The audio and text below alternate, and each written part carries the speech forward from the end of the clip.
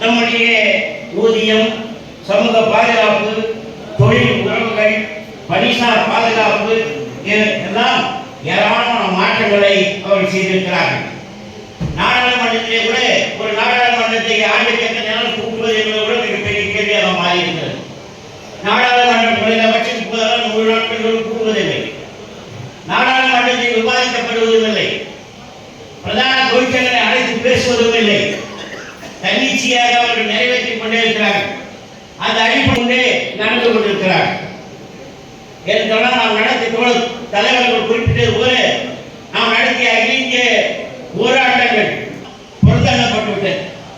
அது 12 மணி நேரமா, 10 மணி நேரமா, 14 மணி நேரமா என்பதெல்லாம் முதலாளியை நிறைவேற்றிக் கொள்ளக்கூடிய அளவுக்கு 8 மணி நேரம் வேலை அல்ல, அந்த பிரிவை நீக்கி விடுகிற ஒரு சூழலுக்கு தள்ளப்பட்டிருக்கிறது. ஆக நம்முடைய மாநிலங்களும் அவ்வாறு செய்திருக்கிறார்கள். திராவிட முன்னேற்ற ஆட்சி வந்த போதே அது 8 மணி நேரம் வேலை நீக்குவது என்று அவர்கள் முடிவெடுத்த போது அனைத்து தொழிற்சங்கம் ஒன்று சேர்ந்த போராட்ட அலைகளின் காரணமாகத்தான் இன்றைய ஆட்சியாளர்கள் அதுக்கு பின்னுக்கு தள்ளி வைத்தார்களே முழுவதுமாக அது நீக்கிக் கொள்ளப்படவில்லை. அதை மேலே கட்டி சொல்லிக் கொண்டே இருக்கிறார். என்று சொன்னால் மத்தியில் இருக்கக்கூடிய ஆட்சியாளர் அவருடைய நிர்பந்தத்தை அடிப்படை வேண்டிய அவசியம் இருக்கிறது. என்று சொன்னால் நிதி தேவையை, நிதி பங்கீட்டை முறையாக செய்யாத மத்திய அரசாங்கம் நிதி பெறுவதற்காக ஏராளமான நிபந்தனைகளிலே இவர் கையெழுத்திட்டுக் கொண்டே இருக்கிறார்கள். ஏராளமான நிபந்தனைகளை சொல்ல முடியும். என்று சொன்னால் இன்றைக்கு ஒன்றிய அரசாங்கம் ஒரு ஆட்சிக்கு வந்த போதே நிறைய திட்டங்கள்லாம் அறிவித்தார்கள். ஏதாவது தடுப்பு பணத்தை நாங்கள் வெளிக்கொண்டு வருவதற்கு தான் அந்த நடவடிக்கை மேற்கொள்ளும் என்று சொன்னார்களே, ஏதாவது தடுப்பு பணம் கிடைத்ததா என்று மோடி அறிவித்தாரா என்று சொன்னால் நிச்சயமாக அறிவிக்கவில்லை. ஒன்றிய அரசாங்கம் அறிவிக்கவில்லை, நிதி அமைச்சரும் அறிவிக்கவில்லை. இதான் நாம் கண்கூடாக கண்டது. என்று சொன்னால் இன்றைக்கு நம்முடைய அந்த கடன் சுமை என்பது இருக்கிறது.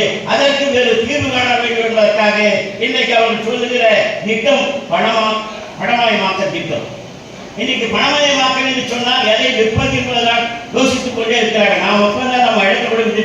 இன்றைக்கு நாம் உழைத்து சம்பாதித்து வைத்திருக்கக்கூடிய நம்முடைய உழைப்பாளை இன்றைக்கு இந்தியா முழுவதும் இருக்கக்கூடிய பொதுத்துறை நிறுவனங்களை விற்பது என்று அவர்கள் முடிவெடுத்துக் கொண்டே இருக்கிறார்கள். அரசாங்கம் பொது சொத்துக்களை விற்பது என்ற பெயராலே நாட்டிலே இருக்கக்கூடிய அவருடைய கடன் சுமை என்பது 190 லட்சம் கோடி என்று சொல்கிறார்கள்.